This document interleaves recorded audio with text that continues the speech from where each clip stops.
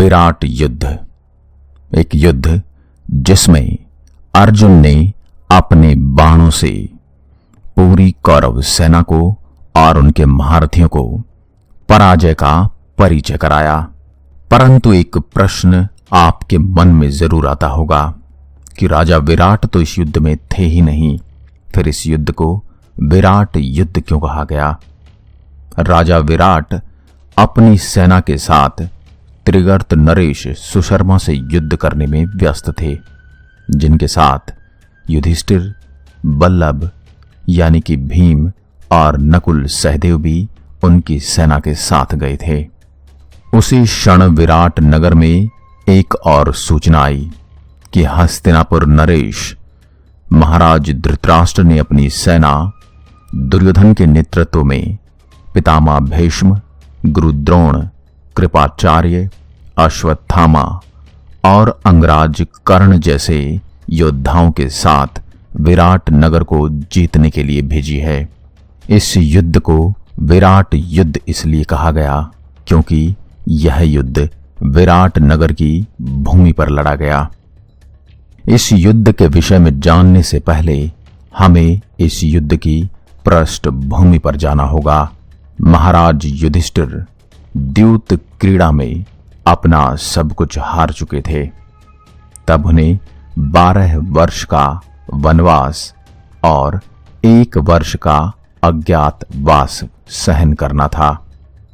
12 वर्ष का वनवास तो जैसे तैसे कट गया, परंतु 1 वर्ष का अज्ञातवास उन्हें दुर्योधन के गुप्तचरों से छुपकर और दुनिया के अन्य लोगों से छुपकर व्यतीत करना था। पांडव द्रौपदी सहित विराट नगर के लिए चल दिए। विराट नगर के पास पहुंचकर वे सभी एक पेड़ के नीचे बैठ गए। युधिष्ठिर ने बताया कि मैं राजा विराट के यहां कंक नाम धारण कर ब्राह्मण के वेश में आश्रय लूंगा। उन्होंने भीम से कहा कि तुम वल्लभ नाम से विराट के यहां रसोई का काम मांग लेना। अर्जुन ने उन्हें कहा कि तुम भ्रनला नामक धारण कर स्त्री भूषणों से सुसज्जित होकर विराट की राजकुमारी को संगीत और नृत्य की शिक्षा देने की प्रार्थना करना। नकुल ग्रांथिक नाम से घोड़ों की रखवाली करने लगा तथा सहदेव तांतिपाल नाम से चरवाहे का काम मांग ले। सभी पांडवों ने अपने अपने अस्त्र शस्त्र एक शमी के वृक्ष पर छिपा दिए तथा वेश बदलकर विराट नगर में प्रवेश किया। विराट ने उन सभी की प्रार्थना स्वीकार कर ली। विराट की पत्नी द्रौपदी के रूप पर मुग्ध हो गई तथा उसे भी केश सज्जा आदि करने के लिए अपने यहां रख लिया।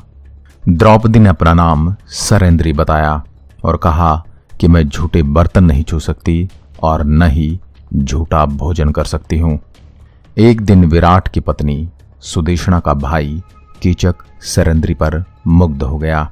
इस समय उनके अज्ञातवास के लगभग 11 महीने पूर्ण हो चुके थे।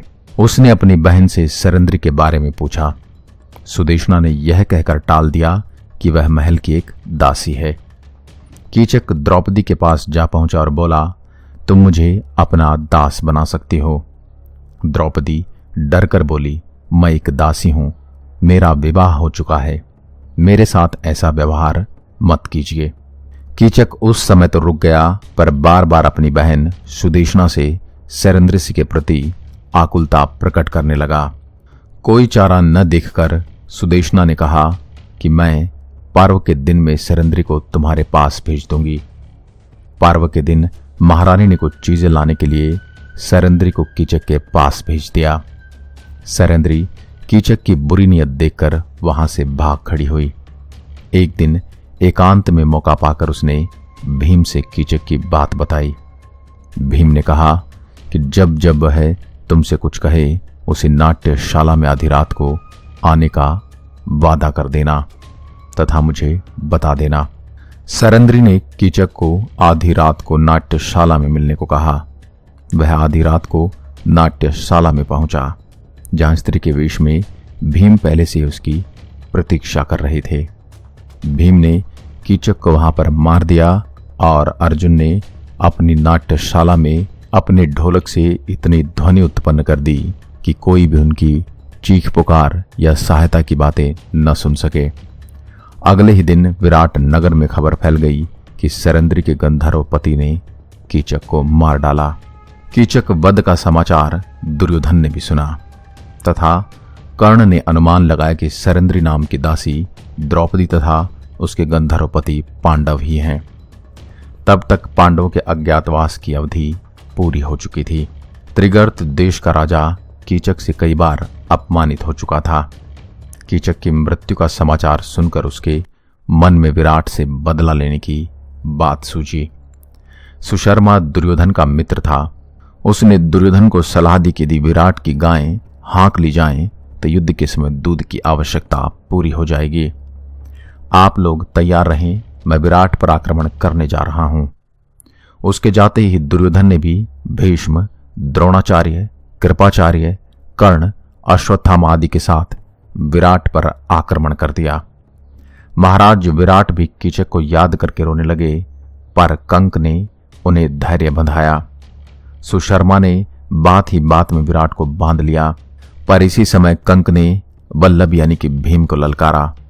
बल्लभ ने सुशर्मा को बंधक कंक के सामने उपस्थित कर दिया और विराट के बंधन खोल दिए। इसी समय कौरवों के आक्रमण की सूचना मिली। दुर्योधन ने भीष्म से पूछा कि अज्ञातवास की अवधि पूरी हो चुकी है या नहीं। भीष्म ने बताया कि एक हिसाब से तो अवधि पूरी हो चुकी है, पर दूसरे हिसाब से अभी कुछ दिन शेष हैं। विराट भयभीत हो चुके थे, पर बृहन्नला अर्जुन के कहने पर उत्तर कुमार युद्ध के लिए तैयार हो गया।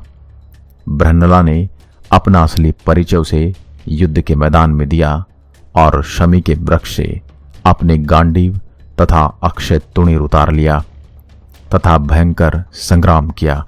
उसने समस्त कौरवों सहित कर्ण को घायल कर दिया। द्रोणाचार्य और भीष्म के धनुष काट दिए तथा सम्मोहन अस्त्र द्वारा कौरव सेना को मूर्छित कर दिया।